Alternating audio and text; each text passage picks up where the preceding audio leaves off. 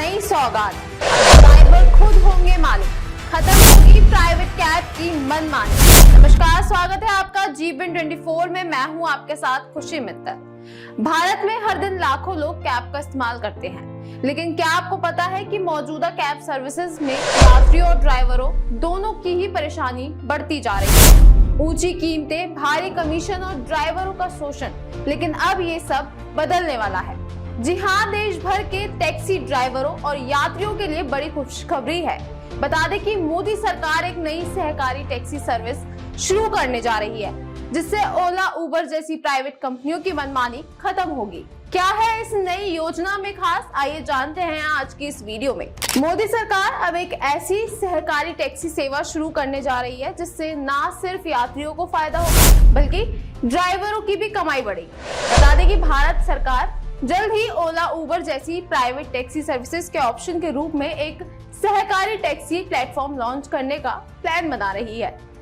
इस बात की घोषणा केंद्रीय गृह मंत्री अमित शाह ने लोकसभा में की। उन्होंने बताया कि प्रधानमंत्री नरेंद्र मोदी का सहकार से समृद्ध का विजन केवल एक नारा नहीं है, बल्कि इसे साकार करने के लिए सरकार लगातार काम कर रही है। साथ ही अमित शाह ने बताया कि सरकार जल्द ही एक ऐसा सहकारी टैक्सी प्लेटफॉर्म लॉन्च करेगी जिससे 2 व्हीलर, रिक्शा और 4 व्हीलर ड्राइवरों का रजिस्ट्रेशन किया जाएगा।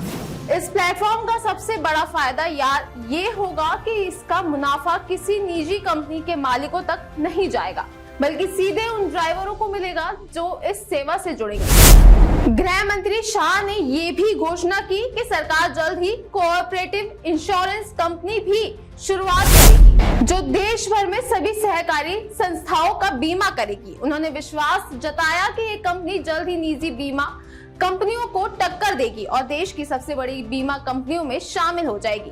अगर सरकार इस सहकारी टैक्सी प्लेटफॉर्म को लागू कर पाती है तो भारत दुनिया का पहला देश होगा जो प्राइवेट राइड हेलिंग सर्विसेज के लिए एक सरकारी विकल्प पेश करेगा।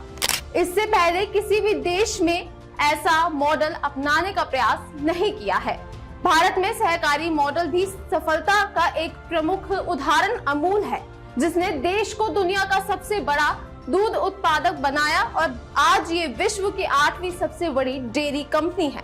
सरकार के इस कदम से ओला और उबर जैसी कंपनियों को कड़ी टक्कर मिल सकती है। माना जा रहा है कि सहकारी मॉडल के तहत ग्राहकों को कम कीमत पर राइड सेवाएं मिलेंगी और ड्राइवरों को भी बेहतर आमदनी होगी। वर्तमान में ओला, उबर ड्राइवर कमीशन और अन्य शुल्कों की वजह से कमाई की शिकायतें करते रहते हैं।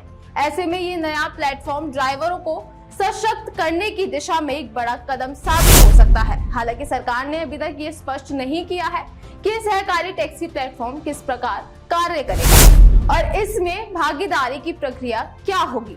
लेकिन ये तय है कि इस नई व्यवस्था से देश में टैक्सी सेवाओं के संचालन में एक नई क्रांति आ सकती है। तो ये थी मोदी सरकार की नई सहकारी टैक्सी सर्विस की पूरी जानकारी। अगर ये योजना सफल होती है तो लाखों टैक्सी ड्राइवरों और यात्रियों को सीधा फायदा मिलेगा।